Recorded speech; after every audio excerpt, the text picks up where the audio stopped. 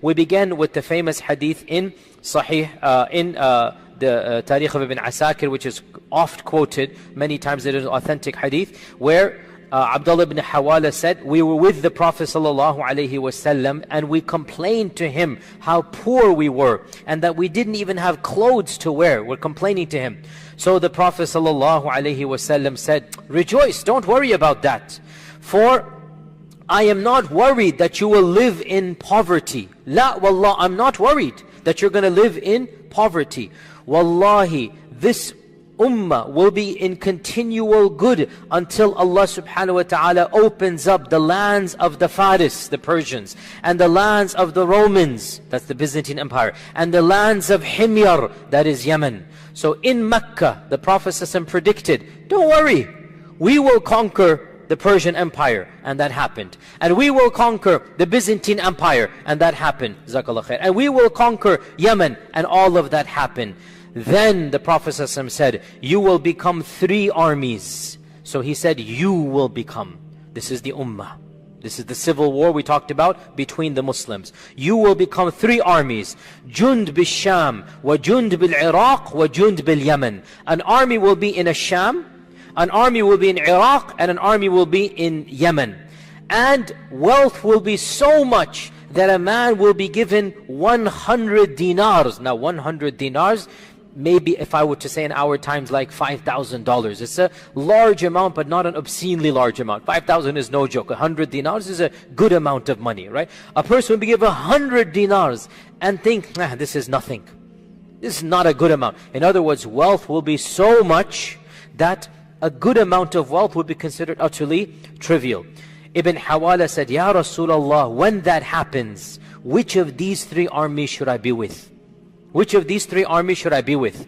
The Prophet ﷺ said, I tell you to be in the army of Ash-Sham, of Syria, because it is the chosen of Allah's people, and it is where the Qiyamah will take place. So the Prophet ﷺ predicted that there will be 3 armies, an army in Ash-Sham, an army in Iraq, and an army in Yemen. And he told Ibn Hawala, choose the army in Yemen. I already mentioned, in Ash-Sham.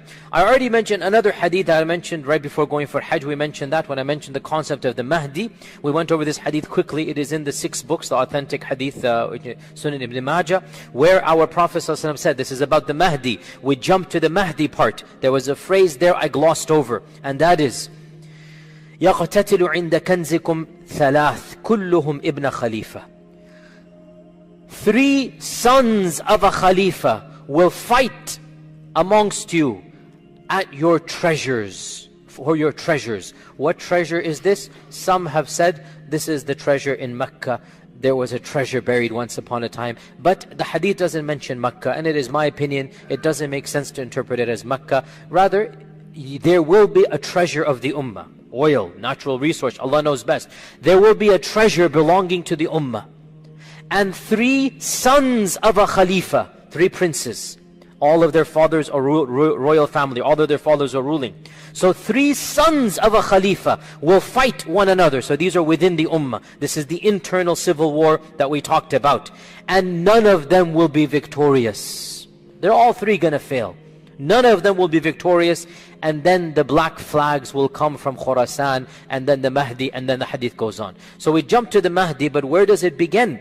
There will be an internal civil war. And what this hadith shows is that the Mahdi will come at a time when the Muslim ummah itself is internally fighting.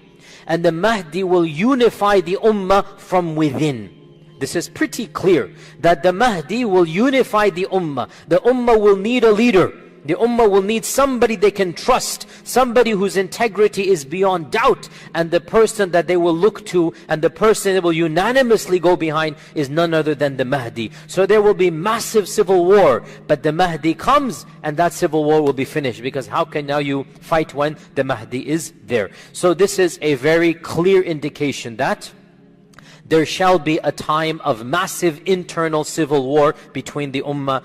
And frankly, when you look at what is happening now with the internal superpowers, and I don't like mentioning names, but you use your common sense and knowledge of politics. Right now, there's already massive wars going on. Right now, Muslims are dividing amongst themselves each one of them doing its own, and Muslims are being harmed in the process. Allahul Musta'an. What's even worse, by the way, is that these are being used by non-Muslims, right? The problem comes, the superpowers of the world are using their proxies in these regions. Each one of them thinks that they will be the lapdog of the big superpower. In reality, the superpowers never care about their lapdogs. In any case, I go into my tangents here.